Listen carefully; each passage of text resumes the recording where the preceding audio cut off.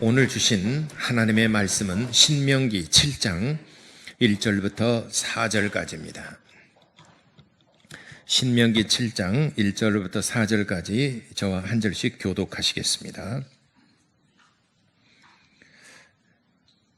내 하나님 여호와께서 너를 인도하사 네가 가서 차지할 땅으로 들이시고 내 앞에서 여러 민족 헷 족속과 기르가스 족속과 아모리 족속과 가나안 족속과 브리스 족속과 히위 족속과 여부스 족속 곧 너보다 많고 힘이 센 7 족속을 쫓아내실 때에 내 하나님 여호와께서 그들을 내게 넘겨 내게 치게 하시리니 그때 너는 그들을 진멸할 것이라. 그들과 어떤 언약도 하지 말 것이요 그들을 불쌍히 여기지도 말 것이라.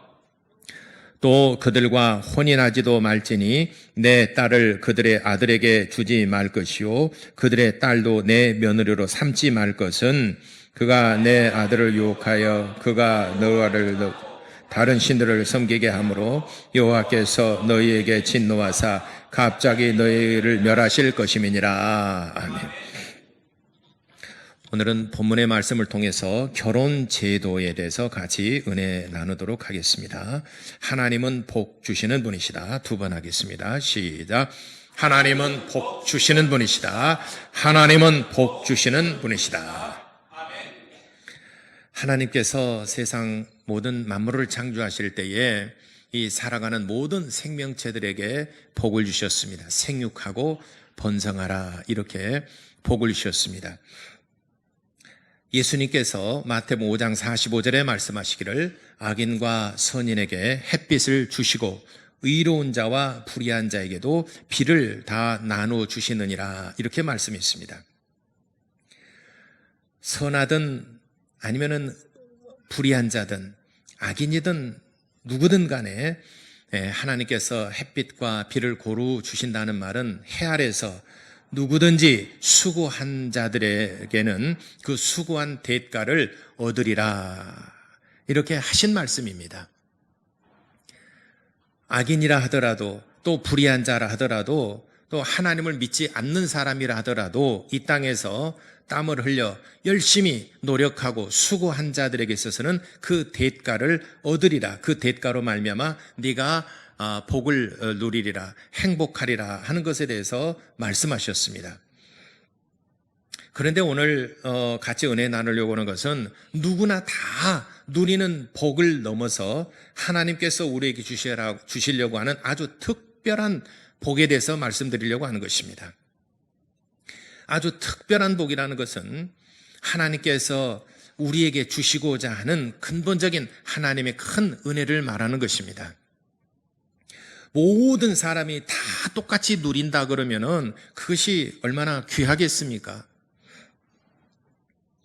우리 모든 사람들은 다 누구나 다 특별한 것을 원합니다. 너나 나나 다 똑같다 그러면은 그게 무슨 의미가 있겠습니까?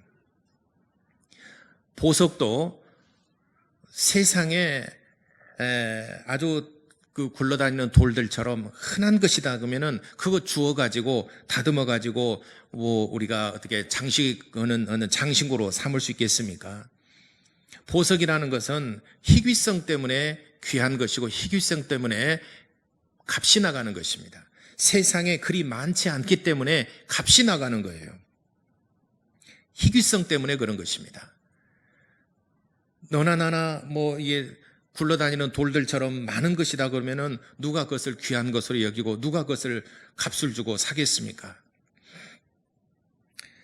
그래서 우리 모든 사람도 본능적으로 누구나 다 특별한 것을 원합니다. 보석을 받을 때도 똑같은 것이 아니라 남이 가지고 있지 않는 것들을 소유하고자 하는 그런 욕망들이 다 있습니다. 심지어는 옷을 입을 때도 똑같은 옷을 입고 다니면 누군가 둘 중에 하나는 옷을 벗습니다. 내가 이번 주 이 옷 입고 왔는데 저 사람이 또 저 똑같은 옷 입고 왔네. 둘 중에 하나는 옷 벗어요. 둘 다 벗든지. 둘 다 똑같은 옷을 입고 오래 다니지는 않습니다. 뭔가 차별화를 원하는 거죠. 그래서 하나님께서는 우리에게 아주 특별한 복을 주시려고 하는데, 이 특별한 복이라는 것은 누구에게나 다 허용된 것이 아니고 이제 두 가지 통로를 통해서 하나님께서 우리에게 복을 주시는데, 그 첫 번째가 교회입니다. 또 두 번째는 가정입니다. 그래서 가정과 교회를 통해서 하나님께서는 우리에게 아주 특별한 복을 주시려고 하는 통로로 삼으신 것입니다. 그러니까 교회는 하나님의 특별한 복을 받는 통로고, 여러분 가정도 하나님의 특별한 복을 받는 통로입니다. 그 통로가 막혀버리면은 하나님의 특별한 복을 받지 못합니다. 세상 사람들처럼 이 땅에서 내가 수고한 대가만큼 얻는 것이죠. 햇빛과 비를 고루 주시나니 악인과 선인에게, 의로운 자와 불의한 자 모두에게 주신 이 복을 누구나 다 누릴 수 있는 그것을 넘어서 하나님이 우리에게 주시고자 하는 특별한 복을 주시고자 하는 것은 통로를 통해서 주시고자 하는 것입니다. 그러니까 그 축복의 통로가 막혀버리거나 그 축복의 통로를 모르면은 하나님의 특별한 은혜를 입지 못합니다. 하나님이 주시고자 하는 특별한 복을 누리지 못합니다.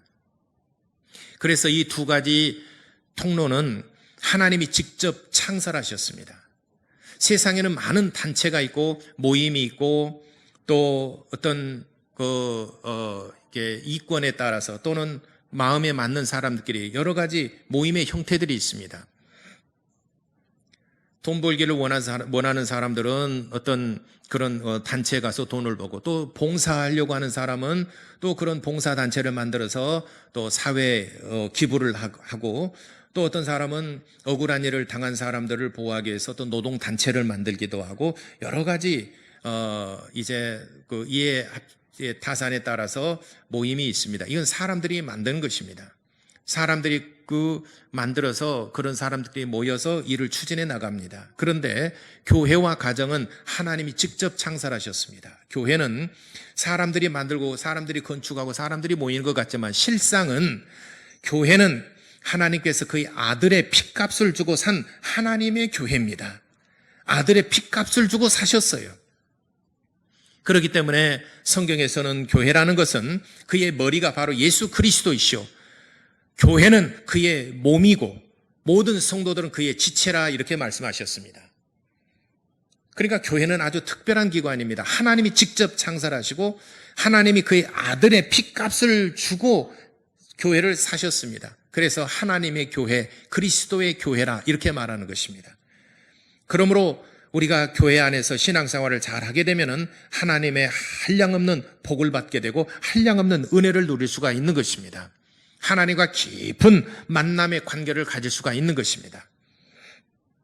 또 가정이 있습니다. 가정은 하나님의 형상을 따라 그 모양대로 지은 아담을 깊은 잠들게 하시고, 그리고 갈비뼈를 취하여서 그를 돕는 배필을 주셨습니다. 이것이 이제 성경에 기록된 최초의 가정입니다. 가정은 하나님께서 아담을 만드시고 또 하와를 그를 돕는 배필로 주셔서 가정을 만드셨습니다. 하나님이 직접 만들어 주셨습니다. 그래서 가정을 통해서 하나님께서 복을 주시고 가정을 통해서 우리에게 정말 행복하게 하신 것입니다. 그래, 이 두 가지는 이제 아주 하나님이 직접 창조하신 하나님의 축복의 통로인데 아주 유사점이 많고 아주 정말 비슷합니다. 가정에는 아버지가 있고 어머니가 있고 부모가 있고 자식이 있어요. 또 자손들이 있습니다. 교회도 목사가 있고 또 모든 성도들이 있습니다. 그래서 가정을 확대하게 되면은 교회와 같고, 또 교회를 축소하게 되면은 여러분 가정입니다. 그래서 이 두 기관을 하나님이 만드시고 이 교회와 가정을 통해서 우리에게 복을 주시는 축복의 통로로 만드셨는데, 이 두 축복의 통로를 통해서 여러분들이 하나님이 주시고자 하는 아주 특별한 복을 받으시게 되기를 예수 이름으로 축원합니다. 그럼 오늘 결혼 제도에 대해서 말씀드리겠습니다. 가정을 통해서 하나님께서 복 주시고자 하는 하나님의 의도에 대해서 같이 은혜 나누고자 합니다. 우리 성경의 본문의 말씀에 이제 모세가 이스라엘 백성들에게 대체적으로 젊은 층입니다. 신명기서를 기록할 때는 이스라엘 백성들이 대체적으로 젊습니다. 다시 말하자면은 이제 40년 광야 생활을 거의 이제 다 마치고 이제 모세와 작별하고 모세가 이제 이스라엘 백성들을 가나안 땅에 들어갈 때에 너희는 가나안 땅에 들어가거든 이렇게 하나님을 섬겨라 하는 계명을 주신 것입니다. 그러니까 출애굽기나 레위기서에 보게 되면은 이제 하나님께서 말씀하신 것을 모세가 이스라엘 백성들에게 가르치고 또 이스라엘 백성들이 순종하고 광야에서 하나님의 말씀을 가지고 살아가도록 말씀하셨습니다. 근데 오늘 신명기서에는 이제 광야 40년 생활을 다 끝내고 이제 모세의 고별 설교와 같은 겁니다. 모세의 고별 설교예요. 그래서 이제 이스라엘 백성들을 가나안 땅에 들여보낼 때에 너희가 가나안 땅에 들어가거든 반드시 이러이러한 계명들을 지켜 행하라. 이렇게 계명으로 주셨습니다. 이제는 모세가 이스라엘 백성과 더불어서 가나안 땅에 같이 들어갈 수 없기 때문에 같이 들어가지 못하리라는 것을 모세는 알았기 때문에 이제 헤어짐의 마지막 고별 설교로서 이제 이스라엘 백성들에게 말씀하셨습니다. 그렇기 때문에 이제 출애굽했던 세대들은 거의 다 광야에서 죽었고 이제 광야에서 출생한 2세대들을 향하여 오늘 신명기서를 기록한 겁니다. 그러니까 대체적으로 젊은 층들이죠. 그래서 이들에게 말씀하시기를 나는 비록 너희들과 함께 가나안 땅에 들어가지 못하지만은 하나님께서는 너희와 함께 가나안 땅에 들어가게 될 것이다. 출애굽할 때도 40년 동안 하나님께서 우리와 함께 하신 것처럼 너희들이 가나안 땅에 들어가더라도 하나님께서 너희와 함께 하실 것이다. 비록 나는 너희들과 함께 하지 못하지만은 하나님께서 너희와 함께 하실 것이다. 그래서 너희가 가나안 땅에 들어가게 되면은 아직 너희가 보지 못하고 들어보지 못하고 아직은 생각지도 못한 정말 젖과 꿀이 흐르는 비옥한 땅에 들어가게 되면은 너희들보다 훨씬 강대하고 군사가 있고 왕이 있고 족속이 그 숫자도 많고 잘 훈련된 군사들도 있고 그렇기 때문에 너희들보다 훨씬 강력한 나라가 7나라가 있는데 이제 1절에 기록돼 있죠. 여러 이제 헷 족속, 기르가스 족속, 아모리 족속, 가나안 족속, 브리스 족속, 히위 족속, 여부수 족속 이렇게 7 족속이 있는데 너희들보다 더 강성하고 숫자도 많고 왕이 있고 군대가 있고 병장기가 있고 그래서 이제 그들은 아주 강력한 나라가 7이 있는데 하나님께서 너희와 함께 하심으로 그들을 그 땅에서 다 쫓아내실 것임이니라. 하나님께서 너희와 함께 하시면은 너보다 더 강력한 군대, 더 힘이 있는 나라다 할지라도 하나님께서 다 쫓아내실 것이라. 그리고 너희들이 이 가나안 땅의 주인이 될 것이다. 그러면은 그때 너희들은 이 7 족속뿐만이 아니라 어느 족속과도 너희가 언약을 맺지 말아라. 약속하지 말아라. 하나님을 믿지 않는 하나님 없는 백성들과 너희들은 언약 체결을 하지 말아라 말씀하셨습니다. 그러니까 다시 말하자면은 믿지 않는 자들과 신앙의 약속은 하지 말아라. 예를 들어서 이런 경우가 있습니다. 저도 지내면서 많은 이런 사람들을 봤습니다. 남편을 전도하려고 가까운 교회 나가게 되면은 내가 당신 따라 나갈게. 뭐하러 멀리까지 나가? 가까운 교회 나가면 내가 같이 따라 나갈게.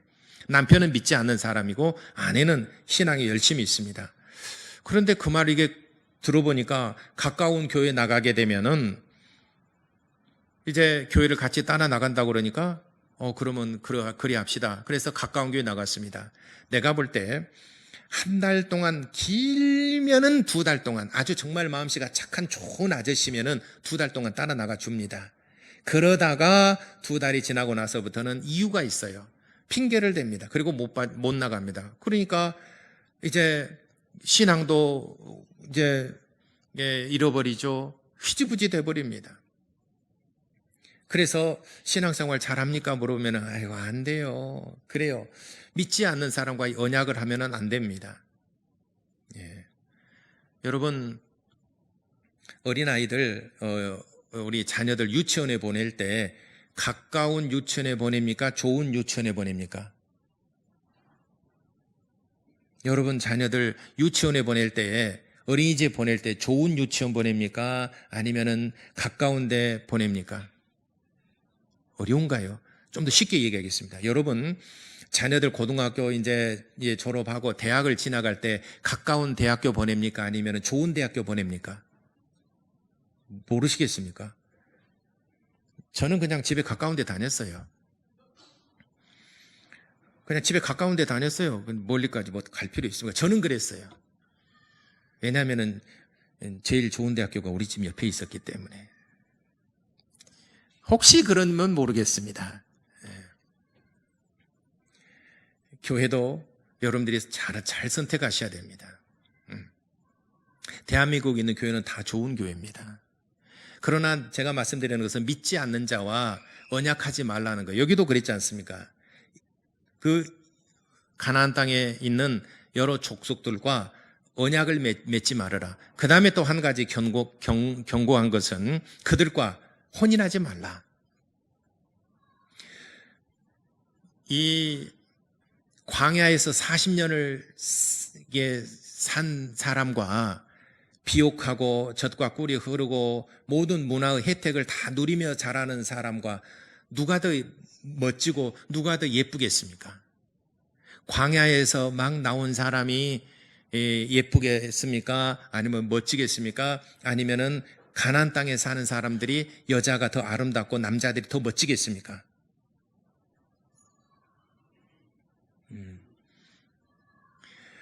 저번에 월드컵 때인가? 월드컵에서 32개 나라가 월드컵에 본선에 나가거든요.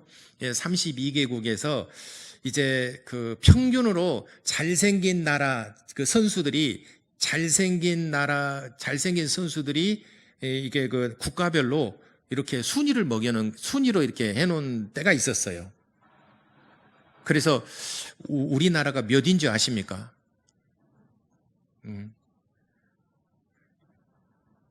그때 제가 기억하기로는 32개 나라 중에서 우리나라가 31번째인가 아마 그랬던 걸로 알고 있어요. 그 순위를 정한 데가 어디냐면 유럽이에요.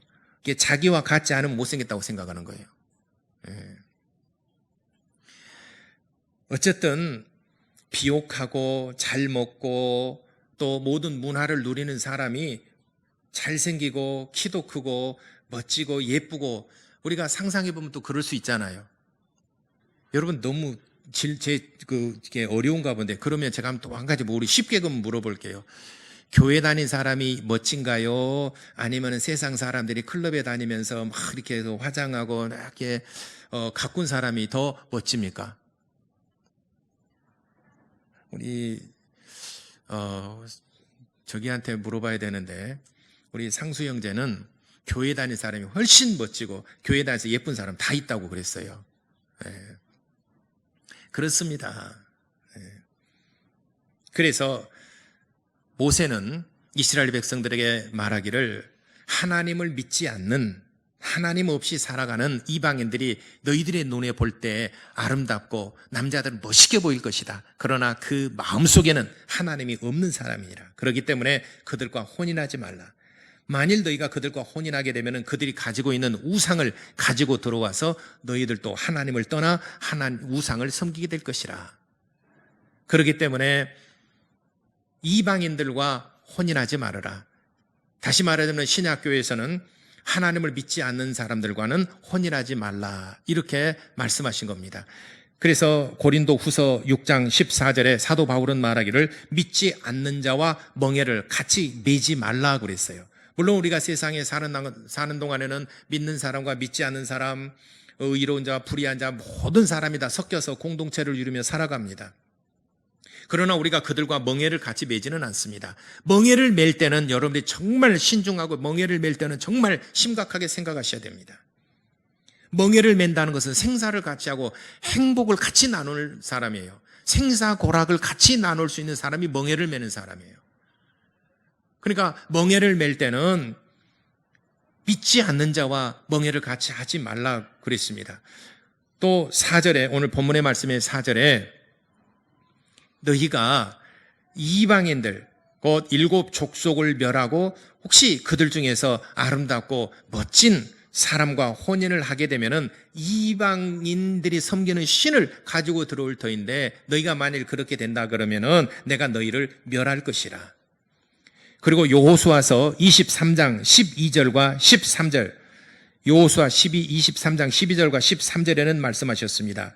너희가 이방 민족에게 너희가 이제 쫓길지라도 내가 이방 민족들을 쫓아내주지 않을 것입니다. 그러나 가나안 땅에 들어갈 때는 어찌했습니까? 가나안 땅에 들어갈 때는 너희보다 훨씬 힘이 세고 강성한 7 족속이 있다 하더라도 내가 그들을 다 쫓아낼 것이니라. 그래서 너희가 가나안 땅의 주인이 될 것이라. 그러나 너희가 이방인들과 혼인을 하고 너희가 이방이 섬기는 신들을 가지고 와서 하나님을 떠나 이방 신을 섬기게 되면은 나는 다시는 너희가 그 이방 민족에 쫓길지라도 나는 그들을 내가 쫓아내지 아니할 것이니라. 그리고 뿐만 아니라 그들이 올무가 되고 덫이 되고, 올무가 되고 덫이 된다면 비슷한 말입니다. 걸려 그로 말미암아 항상 걸려 넘어진다는 겁니다. 올무나 덫을 피해간다는 것은 정말 어려운 일입니다. 올무나 덫을 누가 보이게 놔둡니까? 보이지 않는 가운데 묶어놓지 않습니까? 어렸을 때 풀밭에다가 풀끼리 이렇게 묶어놓고 풀끼리 묶어놓고 가다가 얘 친구들 부르고 그러지 않습니까? 달려가다가 풀에 넘어져가고 넘어진 거 여러분 경험했고 옛날에 놀이를 그렇게 했잖아요. 그렇죠? 누가 보이게 합니까? 눈에 보이지 않게 올무를 놓거나 덫을 놓게 되죠. 그것이 이방인과 결혼한 것이고 너희에게 보이지 않는 가운데 항상 걸려 넘어지게 될 것이고 덫에 걸려서 네가 고난을 당하게 될 것이며 옆구리에 채찍이 되고 눈에 가시가 되리라. 항상 그것이 너희에게는 두고두고 고통이 될 것이라 하는 것에 대해 말씀하셨습니다. 마침내 너희에게 주신 아름다운 땅을 멸하리라. 이방인과 혼인한 것에 대해서 하나님께서는 모세를 통하여 적극적으로 금하셨습니다. 계명으로 주셨습니다. 믿지 않는 자와 멍에를 같이 하지 말라. 그래서 사도 바울도 믿지 않는 자와 멍에를 같이 하지 말라. 그러니까 예를 들어서 여러분 지금 믿지 않는 자와 결혼을 했어요. 나는 교회를 다니는데 믿지 않는 남자가 됐든 여자가 됐든 믿지 않는 자와 결혼을 했어요. 그건 목사님 헤어지라는 소리입니까? 결혼했으면 헤어지지 마시기 바랍니다. 결혼해서 헤어지는 것은 하나님의 뜻이 아닙니다. 왜냐하면 너로 말미암아 그 사람이 거룩하게 될 줄을 너희가 어떻게 알겠느냐. 고린도전서 7장에 말씀하셨습니다. 그래서 일단 결혼했으면 헤어지지 말라고 그랬습니다. 그러면은 남편은 믿지 않고 또는 아내가 믿지 않는데 나는 하나님을 믿는데 그러면 어떻게 합니까? 그러려면은 2가지입니다. 하나는 뭐냐면 이 사람이 예를 들어서 이제 결혼하게 되면 헤어지지 말라는 것이 계명이고 내가 지금 교제 중에 있어요. 우리 젊은 청년들 또 앞으로 중고등학생들 또 우리 어린 자녀들이 나중에 결혼하게 될 때 꼭 기억하시기 바랍니다. 나는 교회를 다니고 하나님을 믿는데 믿지 않는 자매가 있고 믿지 않는 형제가 있는데 결혼하고 싶어요. 그러면 둘 중에 하나입니다. 첫째는 계명을 따라서 헤어지든지, 왜냐하면 성경 말씀에 멍에를 같이 매지 말라고 그랬습니다. 믿지 않는 자와 같이 이제 공동체로서 삶은 같이 살아가지만은 그러나 멍에를 맬 때는 같이 멍에를 매지 말라고 그랬습니다. 하나님을 믿는 자와 믿지 않는 자 같이 멍에를 매게 되면은 믿지 않는 자 쪽으로 흘러가는 것이 거의 태반입니다. 내가 아무리 성령 충만하고 막 한다 하더라도 내가 이를 정말 이끌을 수 있는 사람이 몇이나 되겠는가? 대부분 보게 되면은 믿지 않는 자 쪽으로 끌려갑니다. 왜냐하면 육신의 정욕을 이길 사람 없습니다. 이 세상의 자랑, 안목의 정욕, 육신의 정욕을 이길 사람 거의 없습니다. 힘듭니다. 처음에는 따라 나와줄 수 있을지 모르지만은 하나님을 만난 경험을 갖지 못하게 되면은 언젠가는 점점 기울어지게 됩니다. 저는 병원에도 수십 번, 수백 번 병원에 방문하며 신방하고 많은 환자들도 보고 안수도 하고 하면서 제가 느낀 게 그거예요. 제가 안수하고 또 하게 되면은 주변에서 목사님이세요? 저도 좀 안수 좀 해주세요. 그런 사람이 가끔 있어요. 내가 교회 다니냐고 물어봅니다. 그렇게 되면은 옛날에는 다녔는데요. 결혼하고 난 다음에는 아이고 내가 그냥 못 다녔어요. 이런 사람이 의외로 굉장히 많습니다. 젊었을 때는 제가 청년 회장도 하고 젊었을 때는 학생 때는 학생회 회장도 하고 학생회 부회장도 하고 그랬는데요. 아이고 결혼하고 나서는 이제 나가야지 하면서 지금까지 못 나가고 있어요. 수십 년이 지났는데 지금까지 교회 못 나가고 있다는 거죠. 제가 느낀 바가 어느 이 임계점을 딱 넘어버리면은 회복이 안 됩니다. 사람도 어느 정도 치료할 수 있는 가능성이 있는데 임계점을 딱 넘어버리면은 이제는 안 되는 경우가 허다하게 있습니다. 그래서 그런 경우를 볼 때에 첫째는 믿는 자와 결혼하게 되면 처음에는 좀 더딜지라도 마지막에 창대케 되고 마지막에 복을 받습니다. 끝까지 하나님과 함께하는 가정에 하나님이 복을 내려주십니다. 왜냐하면 교회와 가정을 통해서 하나님이 복을 주시니까. 처음에는 일단 보기에도 직장과 외모와 모든 것을 봤을 때 믿지 않는 자와 멍에를 같이 해서 이루면 되지 해서 결혼했지만은 그것을 일구기가 쉽지 않다는 것입니다. 그래서 믿지 않는 자와 멍에를 같이 하지 않는 것이 첫 번째 계명입니다. 주의 계명입니다. 그런데 어쨌든 그래도 사랑하는 힘이 너무 커서 그 자매를 사랑하고 형제를 사랑해서 결혼을 했습니다. 그러면 결혼할 때 조건이 있어요. 일단 말씀에 불순종했습니다. 일단은 말씀에 불순종한 것에 대해서는 내가 그만큼 감내를 해야 됩니다. 그 감내라는 것은 내가 내 영혼을 위해서 내가 신앙생활하지만은 그러나 또 한 사람, 또 옆에 배우자가 있습니다. 배우자의 영혼을 이끌어줘야 됩니다. 그래야 하려면은 내가 지금까지 했던 신앙생활 열심을 내고 정말 기도 생활이나 예배하는 것이나 하는 것을 갑절로 영적인 힘이 있어야 됩니다. 내 영혼에 힘이 있어야 영혼을 이끌어줄 수 있지 않겠습니까? 내 영혼에 힘도 없는데 어떻게 이 사람을 이끌 수 있겠습니까? 사람이 물에 빠져 있으면 내가 능히 저 사람을 내가 구원해낼 수 있는 어떤 그 실력을 갖추고 있을 때 물에 뛰어들어서 건져내는 것이지, 우선 안타까운 마음에 사랑하는 내 자식이 또 이렇게 부모가 빠져들어가고 안타까운 마음에 나도 같이 뛰어들었습니다. 그 마음은 이해하지만은 그러나 둘 다 죽습니다. 살려내는 방법은 지금 물에 빠진 사람보다 내가 월등하게 힘이 있을 때 뛰어들어서 건져낼 수 있는 것입니다. 그래서 물에 빠진 사람을 구명할 때 특수한 교육을 받지 않습니까? 그러니까 내가 이 사람을 영적으로 이끌 때 내가 지금보다 갑절이나 영적인 힘 있고 능력을 가져야 사람을 이끌어낼 수 있습니다. 그러려면 처음에는 트러블이 있겠죠. 처음에는 다툼이 있겠죠. 그래서 예수께서 말씀하셨습니다. 바로 너희 가정이 너희 자녀나 부모나 형제가 너희 집안의 원수라고 그랬습니다. 왜냐하면 부딪히니까. 나는 열심을 가지고 하려고 하는데 못 따라와요. 그러니까 부딪힙니다. 저도 처음에 그랬어요. 저도 처음 교회 나갈 때 우리 누나가 저를 인도할 때에 부딪힘이 많았습니다. 누나 어지간히 너 미치지 마라. 너무 미쳤어. 저도 그랬다니까요.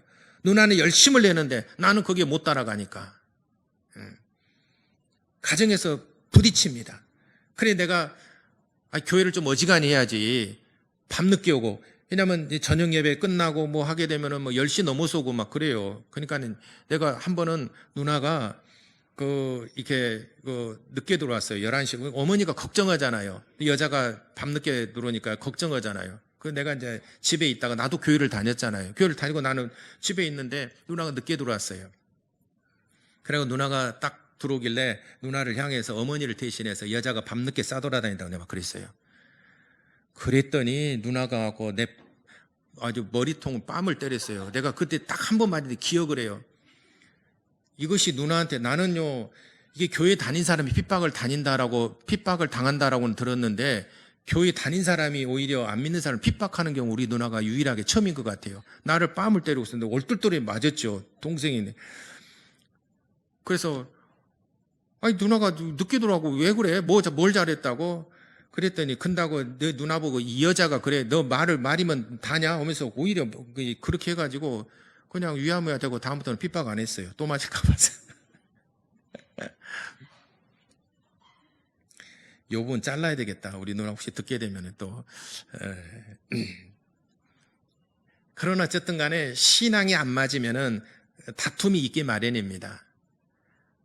만약에 결혼해서 이렇게 믿지 않는 자와 멍에를 같이 매기로 했으면 초창기 때는 다툼이 있고 싸움이 있습니다. 있을 수밖에 없습니다.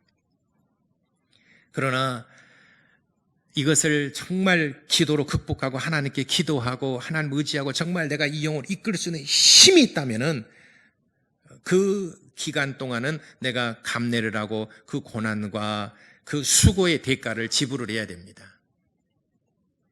근데 이게 배우자가 여자가 됐든 남자가 됐든 배우자가 아주 성품이 좋아요. 그리고 잘 따라와요. 그러게 되면은 그런 그 다툼의 기간이 짧고 교회에 와서 하나님을 만나고 같이 은혜를 누릴 수 있는 경우도 종종 있습니다. 그러나 어떤 근본적으로는 혼인하지 말라 하는 것이 첫 번째. 그러니까 헤어지는 것이 첫 번째.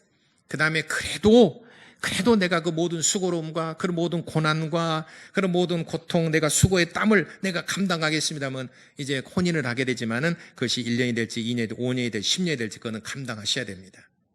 이것이 계명입니다. 이거는 내가 인간편의 생각으로는 무조건 사랑하는 사람과 결혼하는 게 좋지, 이건 세상이 말하는 것입니다. 그렇지만 성경에서 말씀하시는 것은 믿지 않는 자와 멍에를 같이 하지 말라는 것이 첫 번째 계명입니다. 그럼에도 불구하고 했을 경우에는 그 수고로움을 감당해야 된다는 것입니다. 이렇게 말씀하셨습니다. 두 번째는 이렇게 해서 이제 서로 배우자를 만나서 결혼합니다. 그러면 서로 사랑한데 연애할 때의 사랑과 결혼해서의 사랑은 그 사랑의 색깔이 다릅니다. 연애할 때는 모든 거 다 들어준다 그러죠. 자기가 교회 가자고 그러면 다 가지고 마치 이 사람을 위해서 자기가 가주는 것처럼 얘기를 합니다. 하자고 그러면 내가 다 할 테니까 결혼하자고 그럽니다. 근데 그때는 모든 것이 다 좋으니까 할 것 같죠. 근데 결혼했습니다. 그러게 되면은 이제 그때부터는 이제 다툼이 일어나고 눈에 보이지 않던 그동안에 몰랐던 약점들, 단점들, 허물들, 이런 습관들, 마음에 안 드는 것들이 보입니다. 그럼 그때부터 다투게 되죠. 그것까지라도 끌어안아주고 그리스도께서 우리의 죄를 용서하시고 허물을 감싸주시고 덮어주신 것처럼 부부가 됐으면 서로 허물을 감싸주고 덮어줄 수 있는 그런 사랑이 이제는 부부간의 사랑입니다. 연애할 때의 사랑과 부부간의 사랑은 그렇게 달라집니다. 그것까지라도 끌어안아줄 수 있는 그런 관계가 돼야 됩니다. 그래서 베드로전서 3장 7절에는 아내는 더 연약한 그릇이요 생명의 은혜를 유업으로 함께 받을 자로 알아 귀하게 여기라. 여자들은 연약하기 때문에 그러나 생명의 유업을 함께 받을 자로 알아서 그를 귀하게 여기라. 이렇게 성경의 말씀이에요. 그 다음에 세 번째는 부모로부터 축복을 받는 그런 결혼. 부모가 허락하지 않는 결혼은 안 하는 게 좋습니다. 왜냐하면 축복의 통로는 부모로부터 오니까. 부모가 자식을 축복을 하니까. 아브라함이 이삭을 축복했고 이삭이 야곱을 축복했습니다. 야곱이 12자녀를 축복을 했습니다. 축복은 위로부터 아래로 히브리서에 기록한 것처럼 큰 자가 낮은 자에게 복을 비느니라 이렇게 말씀했습니다. 큰 자가 낮은 작은 자에게 복을 비느니라. 그러므로 하나님께서 우리에게 복을 주시는 것처럼 부모가 자녀에게 복을 빌어주는 것입니다. 근데 부모를 거역해요. 둘이 서로 사랑합니다. 사랑하니까 결혼해야지. 부모가 반대합니다. 그래도 계속 밀어붙입니다. 그래서 자식 이길 부모 없다고 결혼이 이루어질 수는 있겠지만 제가 봤을 때 저는 이 말씀이 정말 맞는가?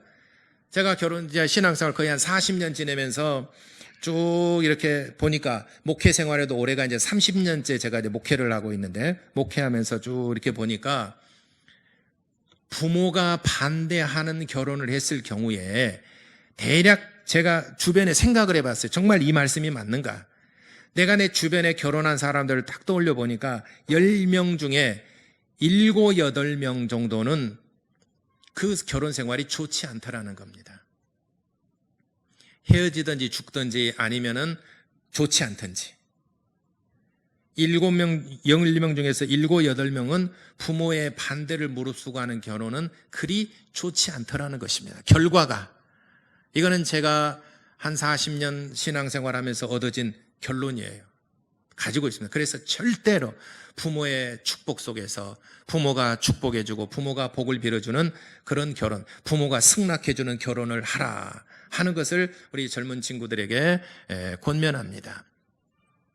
성경에서도 이삭이 야곱에게 축복을 했습니다. 또 야곱이 요셉에게 축복을 했는데 요셉이 두 아들을 데리고 합니다. 하나는 요셉의 큰아들이 므낫세, 그리고 둘째 아들이 에브라임입니다. 그래서 요셉이 아버지에게 그 두 아들을 이제 축복해달라고 데리고 왔습니다. 그래서 요셉 이제 그 야곱에게 자리를 앉히는데 오른손으로 큰아들을 축복하도록 오른쪽에 므낫셋을 앉혔어요. 그리고 왼쪽에 에브라임을 앉혔어요. 그리고 요셉이 말하기를 아버지의 손자들입니다. 손자들을 축복해 주소서. 그러니까 야곱이 손을 이렇게 양쪽으로 교차해서 축복을 합니다. 그러니까 요셉이 말하기를 아버지, 오른쪽에 큰 자고 왼쪽이 차자입니다. 그러니까 뭐냐, 나도 안다 하면서 알지만은 야곱이 볼 때에 이 자에게 더 하나님께서 복을 내리신다고 알고 오른손으로 차자 에브라임을 축복을 했고 왼손으로 장남 므낫셋을 축복을 했어요. 축복하기를 마쳤습니다. 그리고 이후로 그들이 살아갈 때 어떻습니까? 큰아들인 므낫셋이 더 큰 지파를 이루었을까요? 아니면 에브라임이 더 큰 지파를 이루었을까요? 어느 쪽이 더 큰 민족이 됐을까요? 므낫셋입니까? 에브라임입니까? 성경 다 읽으셨네. 우리 교회는 성경을 다 읽든지 아니면 눈칫밥으로 살든지 둘 중에 하나예요. 당연히 에브라임 지파가 더 축복을 받았죠. 그렇습니다. 에브라임 지파가 더 훨씬 컸고 더 창대하게 되고 더 번성하게 됐습니다. 축복을 어떻게 하느냐가 또 달라집니다. 이삭이 에서와 야곱이 있는데 큰 자보다도 둘째 아들을 축복을 했습니다. 야곱이 하나님의 복을 받았습니다. 이렇듯이 부모가 자식을 축복하면 축복한 대로 되는 것입니다. 근데 부모를 거스리고 반대하는 결혼하는 것은 그 결과가 결코 좋지 않다는 것을 말씀을 드립니다. 그렇기 때문에 부모의 허락을 받고 부모가 축복해주는 결혼, 그 다음에 마지막으로 네 번째는 하나님께 복받는 가정을 이루어야 됩니다. 하나님께 복받는 가정이라는 것은 주의 종을 통해서 복을 빌어줄 수 있는, 주의 종이 정말 축복해 줄 수 있는 그런 결혼을 하라. 그렇기 때문에 세상이 많이 변하고 주례 없는 결혼, 나름대로 이벤트하고 둘이 알아서 결혼하고 있는데, 최소한 그래도 어느 한 일정 부분에 대해서는 목사님이 축복하고 목사님이 정말 복 빌어주는 그러한 결혼을 하시기를 바랍니다. 왜냐하면 신의 대리자로서, 하나님의 대리자로서 하나님께서 종을 통해서 복을 빌어주니까. 그래서 축도를 하거나 복을 빌어주는 것은 교회에서는 목사가 하는 것이고 여러분 가정에서는 부모가 하는 것입니다. 부모가 여러분 자녀들에게 복을 빌어주는 것입니다. 저는 부모로서 내 자녀들에게 매일 축복을 했습니다. 지금 이제 다 커가지고 이제 안 하지만은 어렸을 때는 매일 축복을 했습니다. 학교 갈 때도 매일 복을 빌어주고 축복하고 매일 축복을 했습니다. 그거는 아버지로서 하는 것입니다. 내가 못하게 되면은 엄마가 했어요. 내가 출타하거나 못하게 되면은 엄마가 자녀들에게 축복하고 그랬습니다. 내가 있을 때는 제가 자녀들에게 축복하고. 그래서 부모는 자녀들에게 축복할 분깃을 받았어요. 교회에서는 목사가 성도들을 축복할 수 있는 분깃을 받았어요. 그렇기 때문에 가정에서는 부모의 승낙이 있는 결혼, 교회에서는 목사가 정말 축복해 줄 수 있는 결혼. 왜 이토록 결혼 생활이, 결혼 제도가 이런 결혼에 대한 의식이 중요하느냐. 결혼을 통해 산 가정을 이루게 되고 또 믿음의 조상이 되는 것이고 가정을 통해서 하나님께서 복을 주시기 때문에 그런 것입니다. 교회 생활 잘하게 되면은 하나님께서 여러분 교회를 통해서 하나님께서 복을 주시고 가정 생활 잘하게 되면은 가정을 통해서 하나님이 복을 주십니다. 두 가지의 통로가 있습니다. 나중에 좀 말씀드리겠습니다만은 성막론은 끝났죠. 성전에 관해서 할 때 성전을 보게 되면 솔로몬 성전 보게 되면은 막 들어가면 입구에 큰 기둥이 두 개 있어요. 하나는 보아스가 하나 야긴이라는 두 기둥이 있어요. 성전에서는. 그래서 여러분 교회와 가정이라는 큰 두 가지 기둥이 있어요. 이 두 가지 기둥을 통해서 하나님께서 여러분들을 세워주시고 복을 주시는 것입니다. 그러면 여러분들이 교회 안에서 신앙생활도 잘 하셔야 되고 그리고 여러분 가정에서도 여러분 질서를 따라서 가정생활을 잘해야 돼. 출발을 잘, 첫 단추를 잘 꿰야 됩니다. 그리하면은 여러분들이 정말 이 아무리 어려운 시대, 이보다 더 어려운 시대가 온다 하더라도 하나님이 복을 주시게 되면은 여러분들은 그 속에서 하나님 주시는 복을 누릴 수 있게 될 길을 바랍니다. 그래서 이 결혼이라는 것은 우리에게 정말 일생일대 정말 중요한 것입니다. 여러분 교회 생활도 일생일대 교회 생활도 정말 중요한 것입니다. 어느 교회에서 어떻게 여러분 직분을 맡고 어떻게 봉사하고 헌신하느냐, 정말 이것도 어떤 양식을 어떤 설교를 듣고 여러분들이 양육받느냐 굉장히 중요한 문제고, 여러분 가정생활을 처음 시작할 때 누구랑 결혼하고 결혼해서 어떻게 살아가느냐, 이것이 굉장히 중요한 것입니다. 이 두 가지 통로를 통해서 하나님의 축복이 교회를 통해서 여러분 가정을 통해서 폭포수처럼 큰 강물이 되어 흘러 넘쳐나게 되기를 예수 이름으로 축원합니다. 같이 기도하겠습니다.